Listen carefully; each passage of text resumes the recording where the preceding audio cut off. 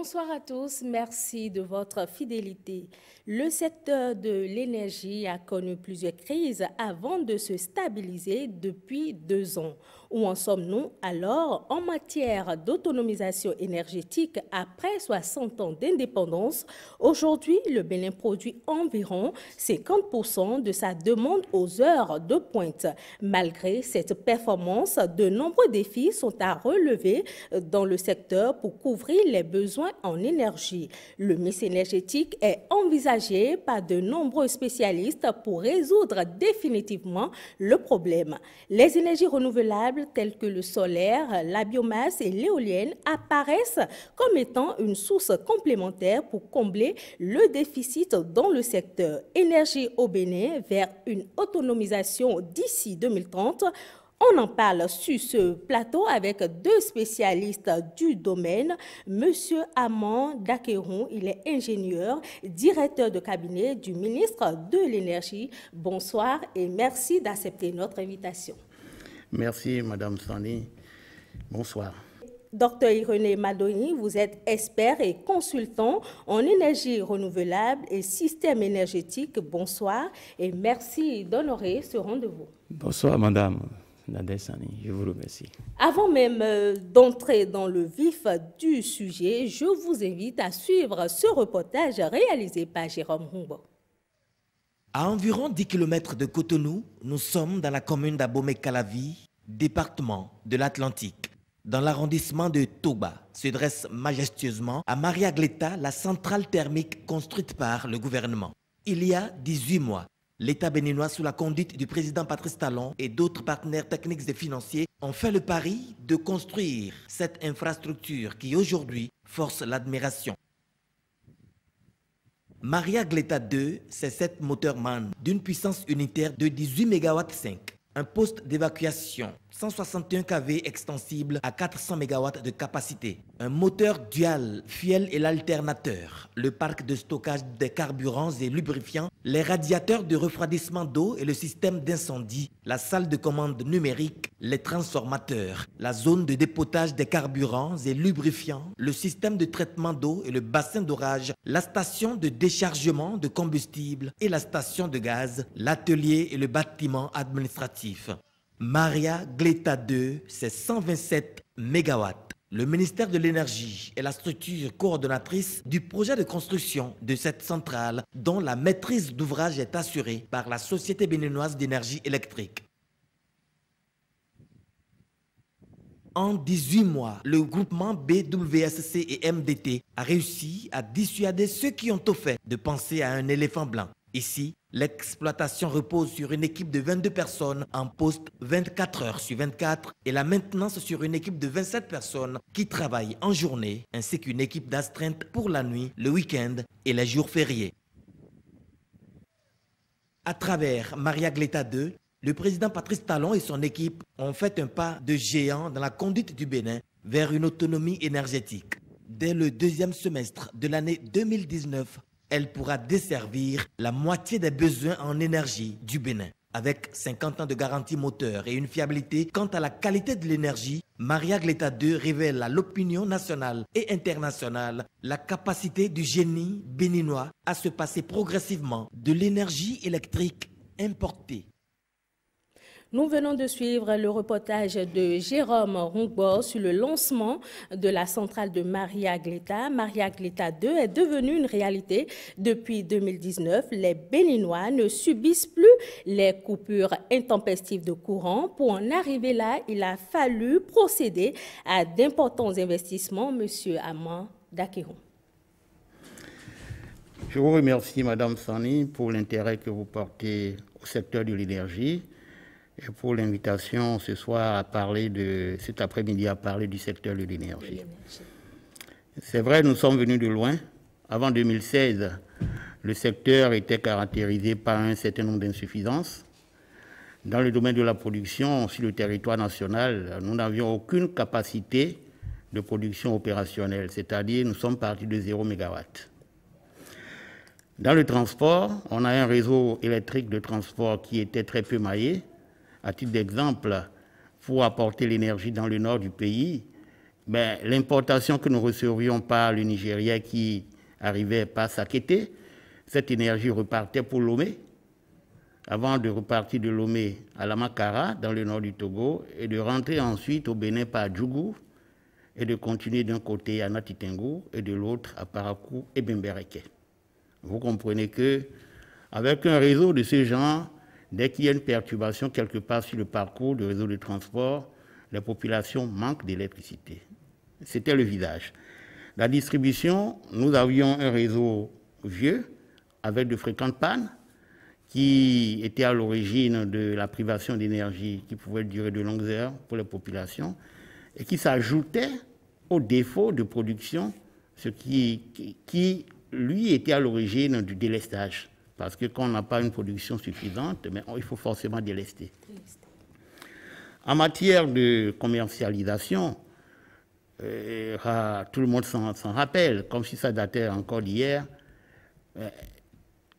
Le branchement, il fallait attendre longtemps pour l'avoir. Dès que vous faites une demande de branchement à l'électricité, et puis pour aller payer sa facture, il faut de longues files d'attente.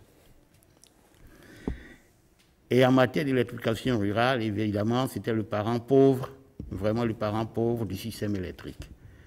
Alors, dès que le gouvernement est arrivé, et je voudrais donc en profiter pour saluer l'engagement et la détermination du chef de l'État et le dynamisme du ministre de l'Énergie, qui a pu rapidement mettre en place un plan de redressement et de restructuration du secteur de l'énergie, et qui avait priorisé les actions à mettre en œuvre. Donc, il fallait parer au plus pressé, à savoir mettre de façon urgente les pendules à l'heure et produire l'électricité qu'il fallait pour pouvoir apporter l'électricité aux populations. Nous avions donc procédé à l'allocation des groupes électrogènes. Il y en avait quelques-uns, mais ça a été renforcé et ça a été porté à 180 MW. Et qui venait compléter les importations.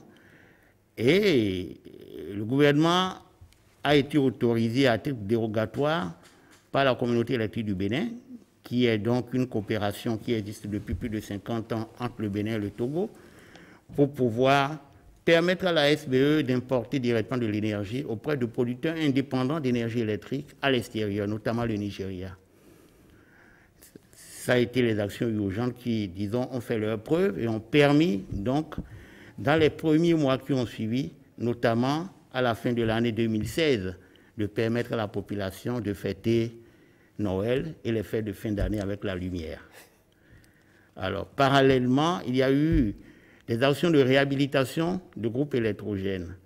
La SBE en possédait quelques-uns, mais qui étaient, disons, à l'arrêt par défaut d'entretien. Donc, il a fallu réhabiliter 30 MW à la SBE sur le territoire national, notamment à Porto-Novo, à Parakou et à Natitengu, et réhabiliter également la centrale de la CEB qui était acquise pour le Bénin depuis une vingtaine d'années et qui était également à l'arrêt. Voilà les actions urgentes qui ont été menées à travers ce plan. Et ensuite, Maria Gleta a été lancée, plutôt qui était lancée, a connu une accélération pour que nous aboutissions, disons, il y a pratiquement un an, à la réception provisoire et à la mise en service de ce joyau qui constitue aujourd'hui la fierté nationale. Alors, en termes d'investissement pour Maria Gleta, c'est, disons, 90 milliards de francs CFA qui ont été injectés sur une mobilisation de financement qui avoisine 110 milliards. Ça signifie, non seulement ça a été réalisé dans les délais, mais la dépense a été vraiment très efficiente et a permis d'avoir un très bon rapport qualité-coût. Merci. Alors, M.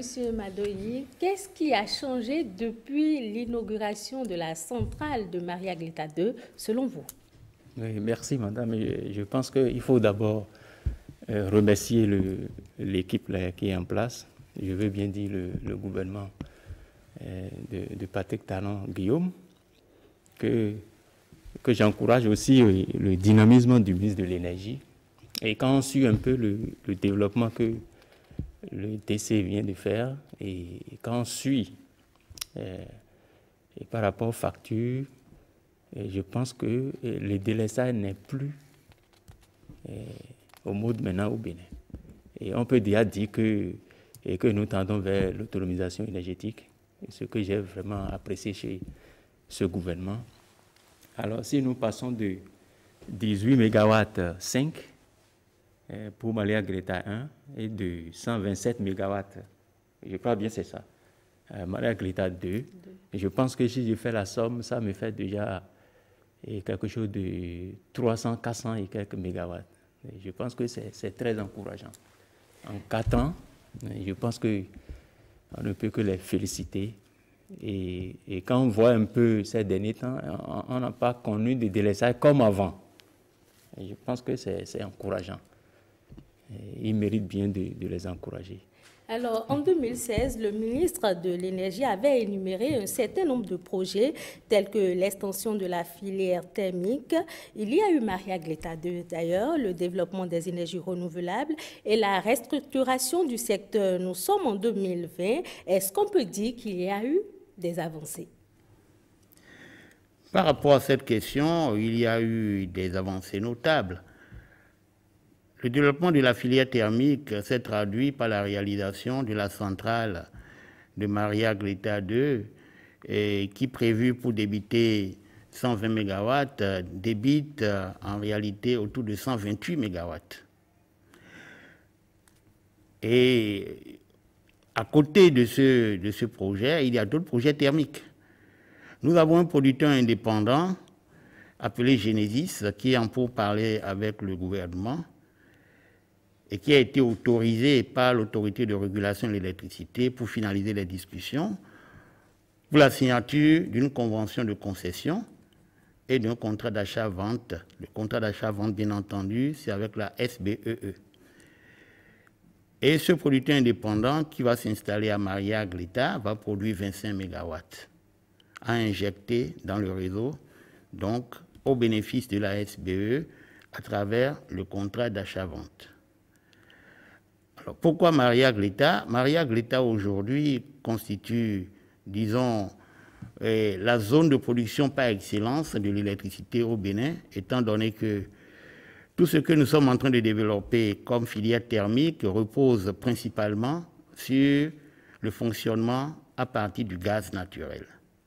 C'est vrai, la centrale de Maria Greta 2 est une centrale bicombustible. Nous avons le fioul lourd et puis nous avons le gaz, mais principalement c'est le gaz. C'est à défaut de gaz que nous basculons automatiquement au niveau du fioul pour pouvoir toujours opérer la centrale et ne pas manquer d'énergie. Alors, le terminal gazier provenant du gazoduc ouest africain qui relie le Nigeria au Ghana en passant par le Togo a un embranchement qui alimente donc Maria Greta.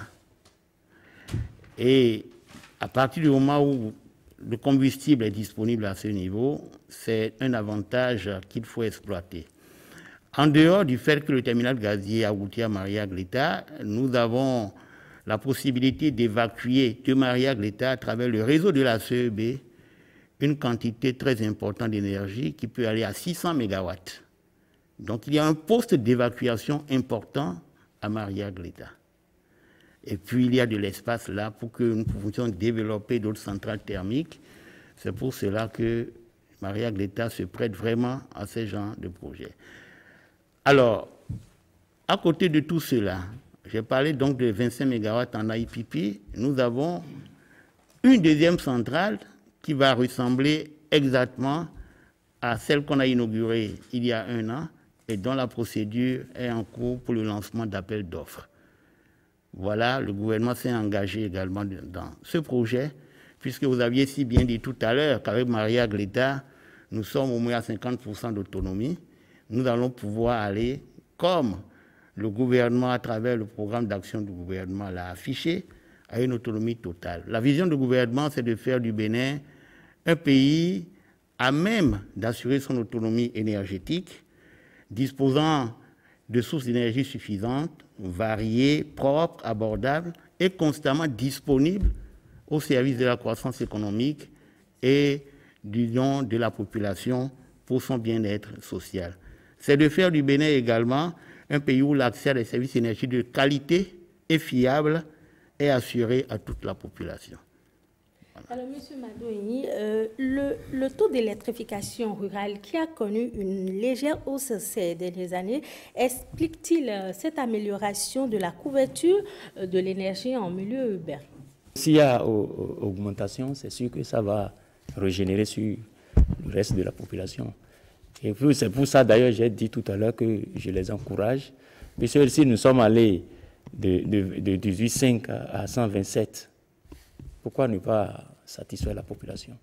Je pense que c'est déjà un effort et que je demande au gouvernement, qui est vraiment très sérieux, de continuer dans cette droiture-là et satisfaire notre population pauvre qui a vraiment besoin de l'énergie pour assurer une éducation de qualité. Est-ce que vous voyez? Et donc je pense que c'est une bonne chose. Alors, en dehors de la disponibilité de l'énergie, des mesures de facilitation sont accordées aux entreprises. Le Bénin est désormais compétitif au même titre que de nombreux pays de la sous-région. Avez-vous eu l'impression, M. Armand Dakeron, que ces différentes réformes ont motivé des investisseurs au Bénin? Les différentes réformes qu'il y a eu visent à faciliter l'installation des investisseurs au Bénin, effectivement, dans tous les domaines. Et dans le domaine de la production d'électricité.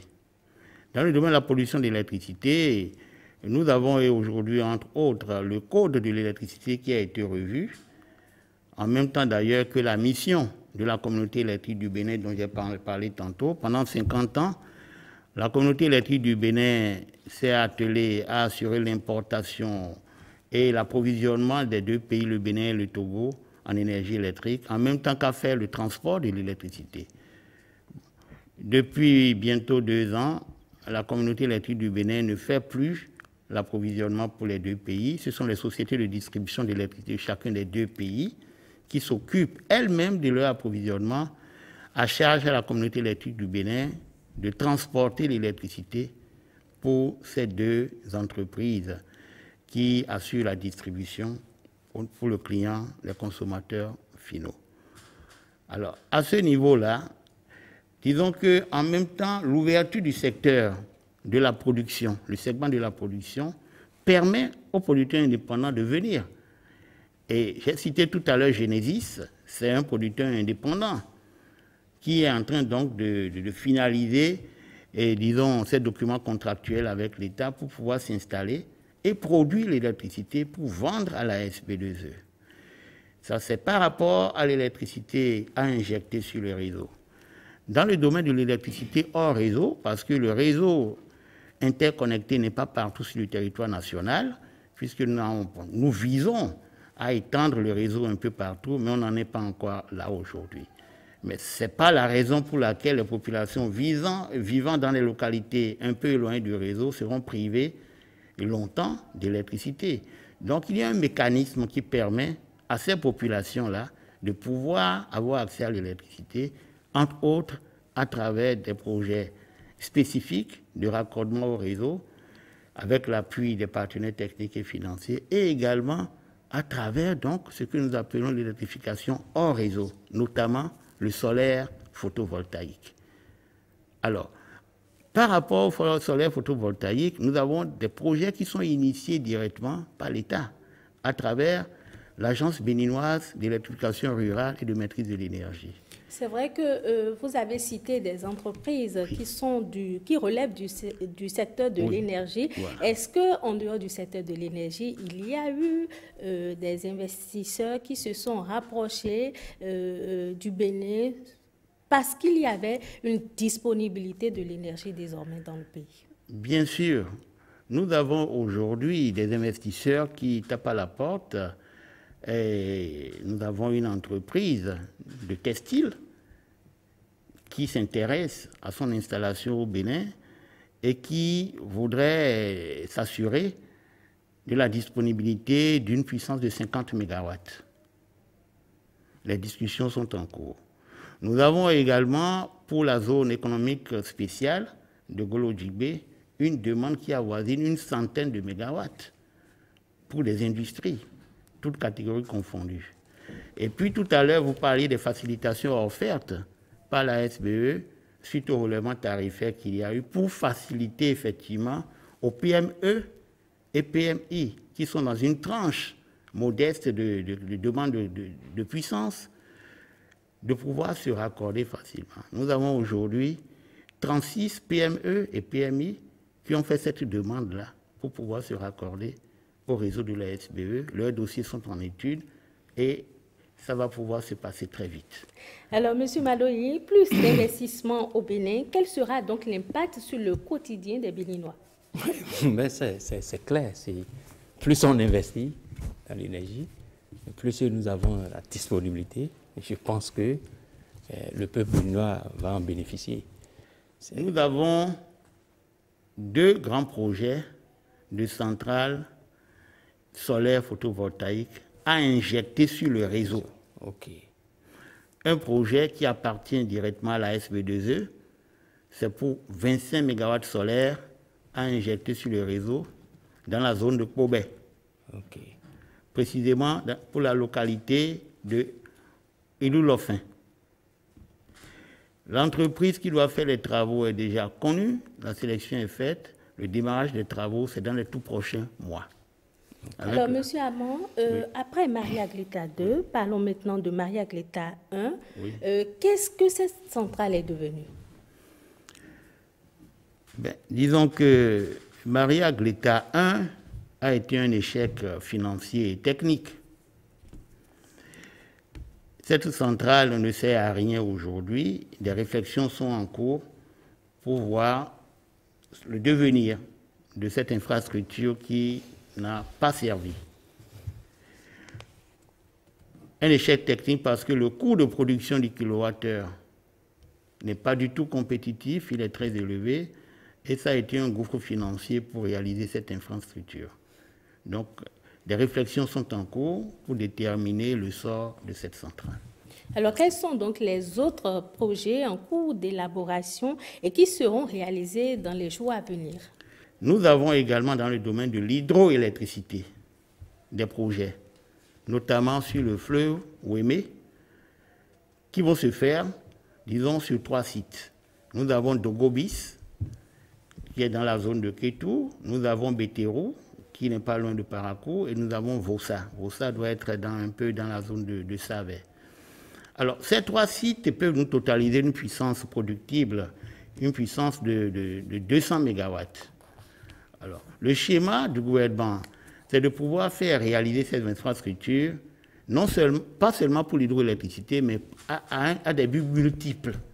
C'est-à-dire que cet ouvrage qui va produire l'électricité va servir également à l'irrigation pour développer l'agriculture et va permettre de réguler le cours inférieur du fleuve Ouébé qui, certaines années de grandes pluies, crée des inondations catastrophiques dans le sud.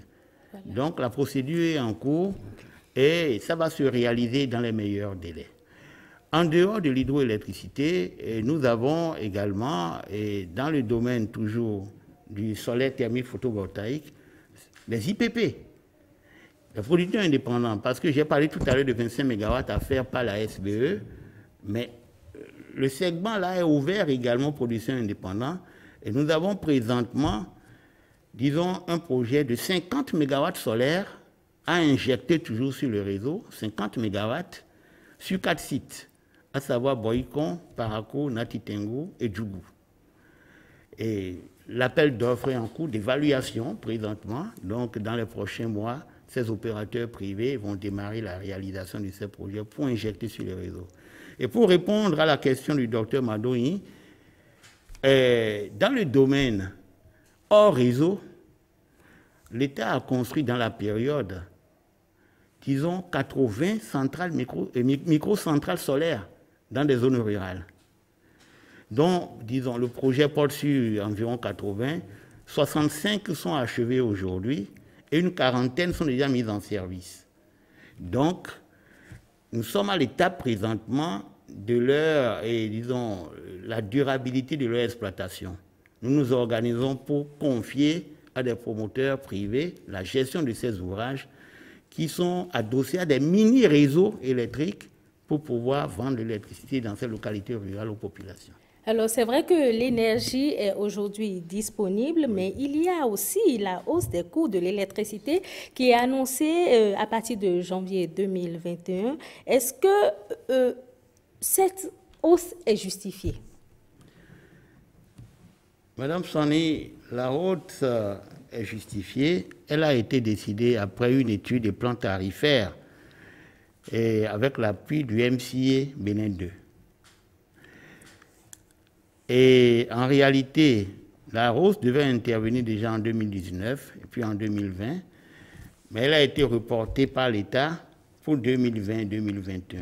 Et effectivement, en décembre dernier, la décision a été prise en Conseil des ministres d'augmenter le prix de l'électricité, une partie donc de l'augmentation en 2020 et l'autre en 2021.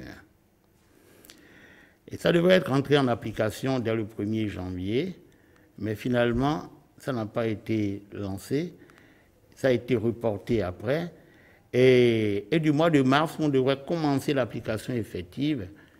On a fait encore un moratoire, enfin l'État a décidé de reporter de 6 mois en raison de la situation sanitaire liée au coronavirus pour pouvoir soulager les peines des populations. Donc cette hausse dans les mois prochains va entrer en vigueur, mais l'État, tenez-vous bien, a pris sur lui la responsabilité de retourner à la SBE, disons, l'effet de cette augmentation tarifaire pour ne pas perturber, disons, l'équilibre financier de la SBE. Ça signifie, c'est une hausse qui a été étudiée, qui a été acceptée de toutes les parties et en liaison avec les partenaires techniques et financiers qui reconnaissent que pour l'équilibre financier du secteur, il faut pouvoir payer l'électricité à son juste prix. Alors, Dr Madoyi, votre avis sur la question? Bon, moi, je pense que cette question, les Béninois s'adaptent souvent aux situations. Et je pense que ça ne va pas créer trop de désagréments. Mais quand j'ai vu les grilles tarifaires sur l'Internet, j'ai constaté que la différence c'est 25 francs, 27 francs. Je pense que nos Béninois peuvent supporter. Mais au gouvernement aussi de voir est-ce qu'il faut commencer par subventionner autrement. Bon, le gouvernement de Talon a les possibilités pour aider les pauvres Béninois, je suis sûr. Alors, le soleil constitue également un atout majeur pour le Bénin. En dehors du soleil, il y a aussi la biomasse. Et quelles sont les autres sources d'énergie renouvelable qui pourraient être expérimentées par le Bénin? Vous l'avez annoncé déjà, vous aviez parlé de la biomasse et l'électricité.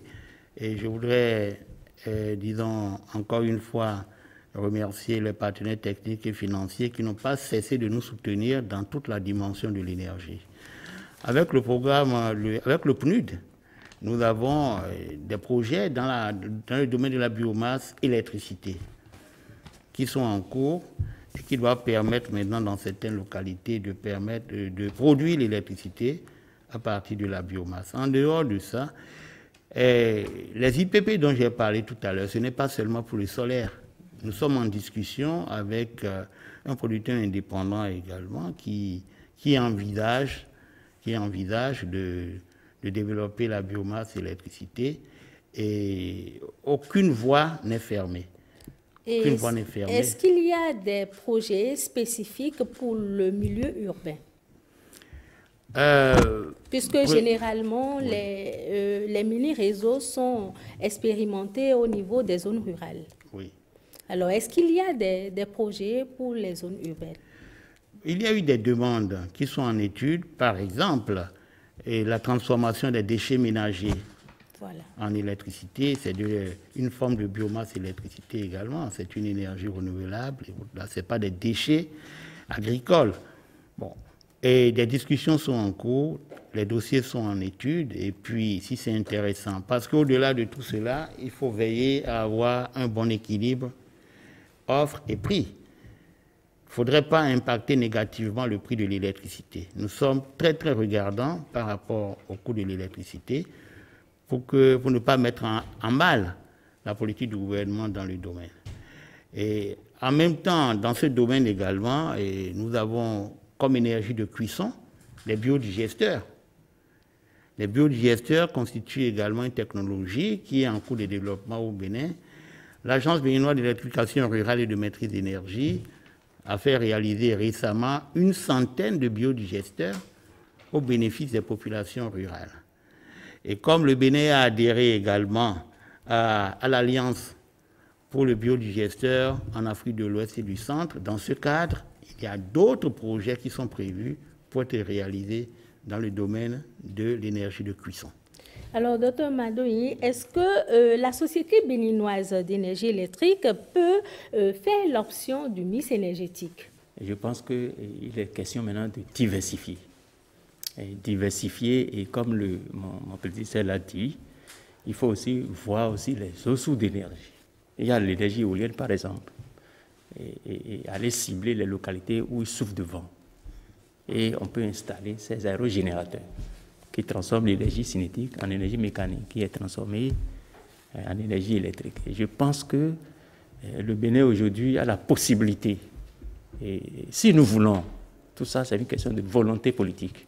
Et j'invite le président Talon, et vous allez constater que chaque fois je dis le président Talon, parce que je sais que cet homme est sérieux, et il est aussi ambitieux.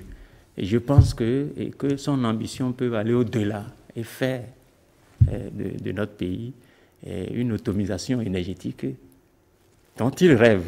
Et ça va être vraiment une bonne chose. Je profite alors pour demander à M. Dakeron s'il y a déjà des projets qui sont envisagés en ce qui concerne l'énergie éolienne au Bénin. Disons que il y a des projets qui avaient été envisagés, mais surtout il y a des études pour pouvoir nous assurer, selon les régions, de la disponibilité du vent.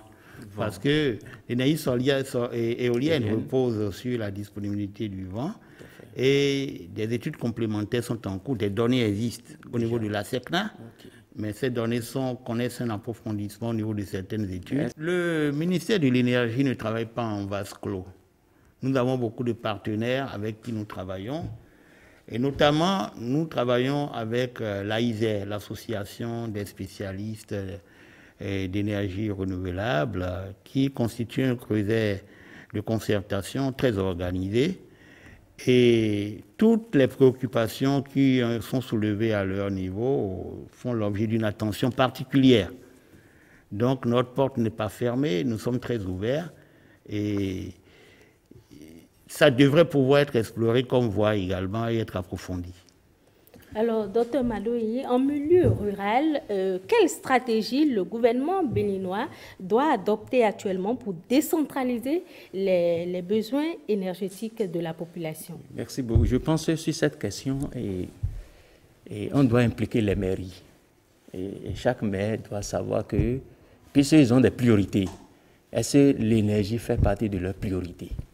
Donc, ils n'ont qu'à définir leur cahier de charges. Et dit, si nous prenons par exemple la mairie de Calavi, qui a peut-être besoin de 40 milliards ou bien de 100 milliards pour installer, pour être indépendant de l'énergie, ils n'ont qu'à développer cette filière-là et dire, bon, le gouvernement, nous avons besoin de financement. Mais sur les 100 milliards, nous avons peut-être trouvé 75 milliards. Et nous avons besoin de 25 milliards. À l'État maintenant de voir, bon, est-ce qu'avec les 25 milliards, en donnant 100 milliards, est-ce que je peux isoler complètement Calavi en matière de l'énergie? Donc, tout est possible. Et mon prédécesseur l'a dit tout à l'heure, ils ont un cadre de concertation. Ça veut dire qu'il faut vraiment faire une étude très approfondie et aller cibler dans chaque zone. Est-ce que c'est l'éolien qui marche pour la zone? Est-ce que la zone de Wessé, est-ce que c'est seulement centrale photovoltaïque? Est-ce que la zone de Béléfungu, est-ce que c'est biomasse qu'il faut faire? Donc, je pense que la question est vraiment ouverte, puisque déjà le gouvernement a la volonté d'aider la population. Vous venez donc d'aborder la question de la diversification des sources d'énergie. Et donc, avant de poursuivre cet entretien, suivons ce reportage réalisé avec Ferdinand Adikpeto. Il est spécialiste en énergie. Il aborde dans le reportage la diversification des sources d'énergie. Malgré les nombreux investissements dans le secteur de l'énergie au Bénin, la population, notamment celle située dans les zones rurales, peine encore à disposer d'une bonne fourniture en énergie électrique et de cuisson des aliments. La diversification des sources d'énergie en fonction des besoins et de la disponibilité de la matière, surtout en énergie renouvelable, est aujourd'hui l'alternative pour résoudre le problème. Dans les régions septentrionales du pays, où la demande en bois énergie est forte et le couvert végétal amoindri, le biogaz serait la solution.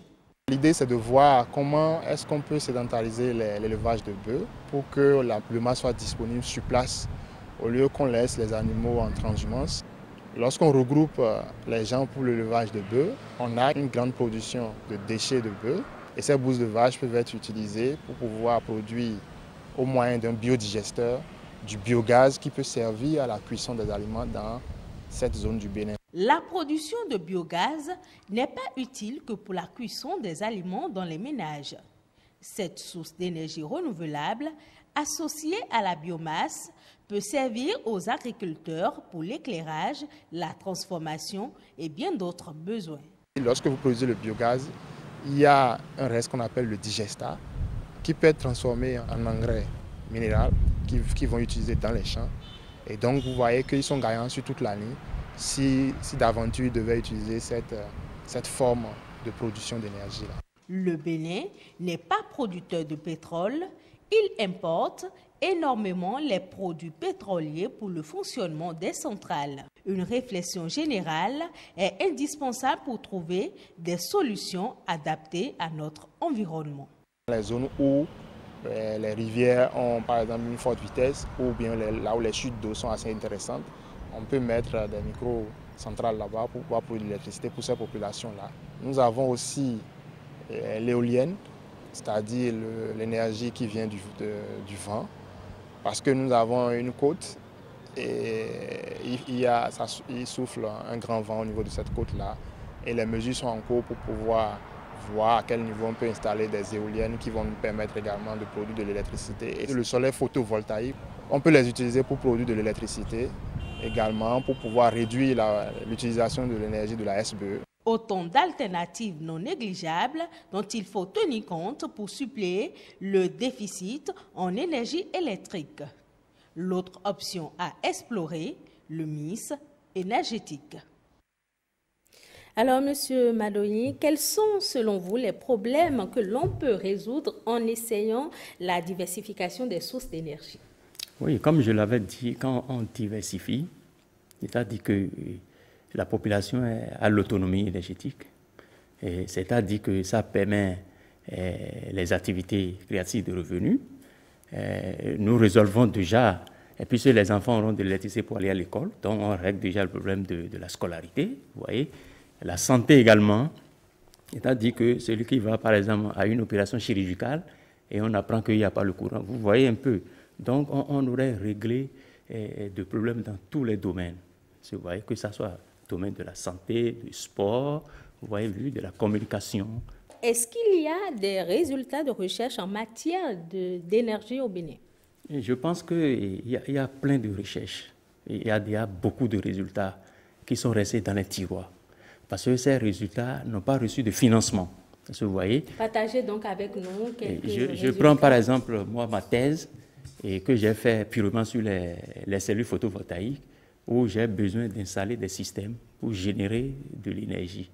Est-ce que vous voyez? Il y en a d'autres thèses, il y en a plein dans tous les domaines. Donc, aujourd'hui, un chercheur ne demande pas beaucoup de choses. Ils ont seulement besoin juste la correction en abondance. Ils ont besoin que les laboratoires soient équipés et s'occuper véritablement de ces recherches et sortir de très bons résultats qui seront exploités par le gouvernement. C'est pourquoi tout à l'heure je disais, il y a une fusion entre la volonté qui est déjà affichée et les chercheurs, et je pense que nous pouvons booster et aller loin et avoir une solution pour la crise énergétique. Alors, M. Amanda, que vous êtes interpellé sur la question, est-ce qu'il y a un budget qui est prévu pour financer et développer des résultats de recherche? La volonté de coopération entre l'administration et l'enseignement supérieur existe, elle est affichée, parce que nous sommes conscients du fait que de la capacité des hommes qui animent le secteur dépend la pérennisation de nos actions. Et à ce titre, nous œuvrons pour le développement des compétences. Nous avons entrepris, disons, des formations avec l'Université du Bénin et avec également d'autres acteurs du secteur pour pouvoir renforcer les capacités dans le domaine de l'énergie. Donc nous sommes ouverts au développement de ces genres de coopération qui vont nous porter encore beaucoup plus loin. Voilà ce que je peux dire par rapport à cette question. Alors, M. Madoye, partagez avec nous l'expérience des autres pays de la sous-région qui ont déjà fait des essais dans le domaine des énergies renouvelables. Oui, je pense que si je prends par exemple le Maroc, que j'appelle leader en énergie renouvelable, ils ont atteint un niveau aujourd'hui où ils sont en train de rêver. Ils ont déjà de grandes centrales. Ils ont déjà dit qu'en termes clairs, ils ont bouclé ce qui est énergie photovoltaïque. Leur ambition aujourd'hui, c'est comment hisser sur le plan pour être au niveau des grandes nations. Vous voyez. Et je prends par exemple le cas du Sénégal. Voilà les pays. Ceux-là ont pris déjà le problème à bras le corps et qui ont déjà trouvé des solutions à leurs problèmes. Il y a par exemple la Tunisie, je crois bien, et ceux-là ont déjà atteint un niveau où je demande à tout le monde d'ailleurs, que ce soit chercheur ou la volonté du gouvernement qui est claire, d'accord, et de cohabiter dans le même sens. Il faut se concerter et trouver les vrais mots pour être aussi à la hauteur de ces pays-là. Il y a également l'Algérie, voilà, qui ont déjà une autonomie. Et on ne parle même plus d'autonomie là-bas. Ils sont déjà leaders simplement. Donc, si on peut emboîter les pas de ces pays et penser réellement à notre développement, je pense que ce serait une très bonne chose. Et du moment où notre gouvernement a déjà une volonté qui est claire, donc il faut trouver des solutions maintenant et aller de l'avant. Alors, M. Amanda Kéroun, les besoins électriques ne sont pas les seuls besoins de la population. Il y a de fortes demandes en énergie de cuisson. Est-ce qu'il y a déjà des projets qui sont envisagés pour la construction de biodigesteurs, peut-être pour les ménages? Nous en avons parlé tout à l'heure, Madame Sani. Je disais tantôt que l'Agence véninoise de l'électrification rurale et de maîtrise de l'énergie venait de réaliser une centaine de biodigesteurs pour améliorer les méthodes de cuisson dans le domaine rural, dans le monde rural. En milieu urbain, est-ce qu'il y a aussi des projets? En milieu urbain, nous travaillons à développer davantage la question du gaz, puisque le rural a peu de chance avec le gaz. Et ce qui est adapté là-bas, et en plus des possibilités de gaz, c'est qu'on peut faire le biodigesteur. Donc c'est une technologie qui s'apprête beaucoup, qui se concilie beaucoup plus avec le milieu rural, et c'est pour cela que nous la développons dans le milieu rural. Cependant, c'est le lieu de rappeler que le développement des énergies renouvelables dans toutes leurs dimensions constitue l'un des projets phares du gouvernement dans le secteur de l'énergie. Parce que le programme d'action du gouvernement 2016-2021 a consacré quand même 800 milliards à peu près de francs CFA pour ces 4 projets phares. Donc, nous travaillons dans toute la dimension des énergies renouvelables, en même temps que nous travaillons également pour la maîtrise de l'énergie et l'efficacité énergétique, et que nous travaillons pour la restructuration de l'opérateur national et de son réseau. Donc, aujourd'hui, les grandes réformes qui ont été menées par le gouvernement participent à l'amélioration de la situation et des résultats que nous obtenons. Les grandes réformes, j'ai cité tout à l'heure le Code Bénin-Togolais électricité, et qui, avec la nouvelle mission de la CEB, j'ai cité le Code national qui a été revu, mais il faut citer également et saluer le contrat de gestion de la SB2E, qui permet donc d'améliorer les performances de la SBE dans toutes leurs dimensions. L'État, le gouvernement est déterminé, véritablement engagé. Il y a eu par rapport aux dettes, l'apurement des dettes de la SBE par rapport et de l'État. Ça a été apuré et nous avons vu l'effort du gouvernement béninois par rapport donc à la situation financière de la SBE. Ce sont autant de réformes courageuses qu'il faut saluer. Certes, elles sont parfois difficiles et douloureuses, mais elles sont nécessaires pour pouvoir assurer un meilleur lendemain pour le secteur de l'énergie. Alors, M. Madoigny, est-il nécessaire d'intégrer les énergies renouvelables dans les programmes d'enseignement des lycées et collèges? Je pense que, Madame la journaliste, cette question, elle est claire. Parce que, je l'avais dit tout à l'heure, nous sommes en 2020. Et vous voulez qu'on traîne encore les anciens programmes quand la technologie évolue. Donc déjà, à partir de la 6e tout au moins, et commencer par apprendre aux enfants comment on réalise un montage photovoltaïque. Est-ce que vous voyez? Et déjà, quand ces enfants grandissent et atteignent un niveau, ils devraient déjà produire de l'électricité chez eux. Vous voyez, donc, il serait quand même opportun de revoir le programme d'enseignement actuellement. Alors, pour conclure cette émission, dites-nous, quel regard jetez-vous sur l'avenir du secteur énergétique au Bénin? Bon, je pense que et ça promet et que la préoccupation actuelle est déjà là. Et si nous voulons atteindre l'autonomie énergétique, il est clair que tout le monde aille mettre la main à la pâte et trouver des solutions. Qu'on soit chercheur, qu'on soit politicien, la question du développement, c'est la question de tout le monde. Hein? Et pour aller de l'avant, il faut chercher les vraies solutions. Nous n'avons pas encore de modèle. Alors, M. Armand Dakeron, comment entrevoyez-vous donc l'avenir du secteur énergétique au Bénin? Voilà. Ben, je voudrais d'abord remercier tous les partenaires techniques et financiers qui nous soutiennent et remercier la détermination du gouvernement pour pouvoir faire avancer les choses dans le secteur. Et vous dire que en moins de 4 ans, nous avons connu des avancées notables. Nous sommes passés de 0 MW thermique à 180 MW thermiques disponibles sur le territoire national. Nous aurons bientôt une dizaine centrale thermique de 127 MW. Nous passerons de 0 MW solaire photovoltaïque à injecter sur le réseau à une centaine de mégawatts d'ici 2 ans à injecter sur le réseau.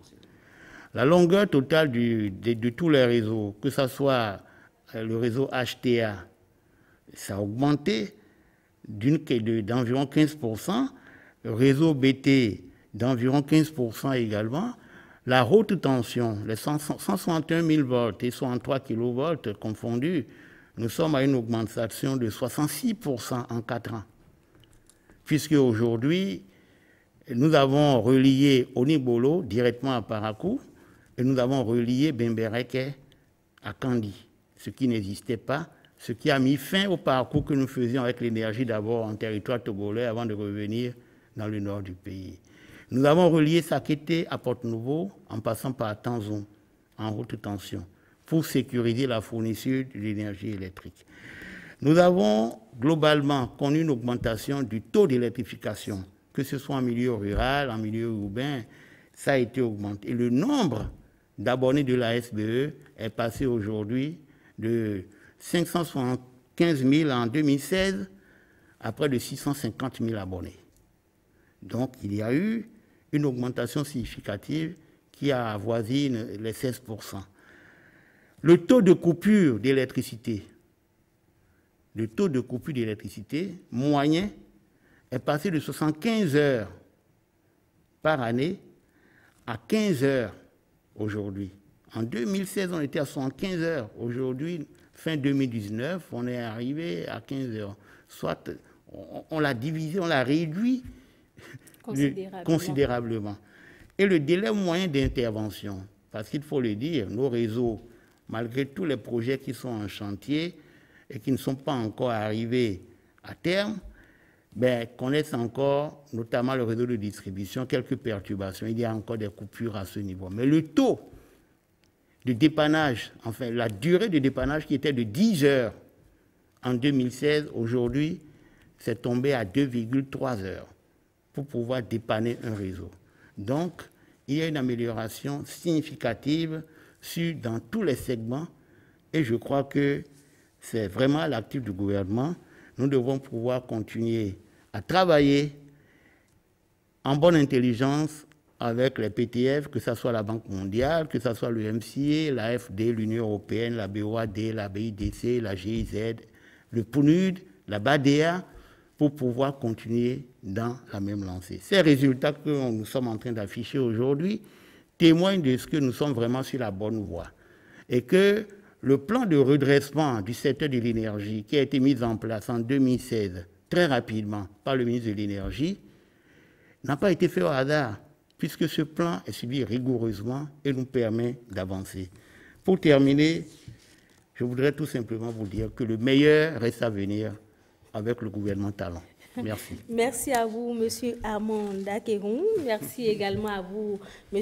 Irénée Madoyi. D'importants efforts ont déjà été faits par les différents gouvernements qui se sont succédés à la tête du Bénin depuis 1960 pour rendre disponible l'énergie aux populations. Certes, beaucoup reste à faire en la matière et les gouvernements s'y emploient. Espérons qu'à court terme, le Bénin puisse relever ces défis. Je rappelle que nous étions en compagnie de Dr Irénée Madoyi, expert et consultant en énergie renouvelable et système énergétique, et ingénieur Armand Dakeron, directeur de cabinet du ministre de l'Énergie. Ce sera tout pour cette émission. Merci de l'avoir suivi.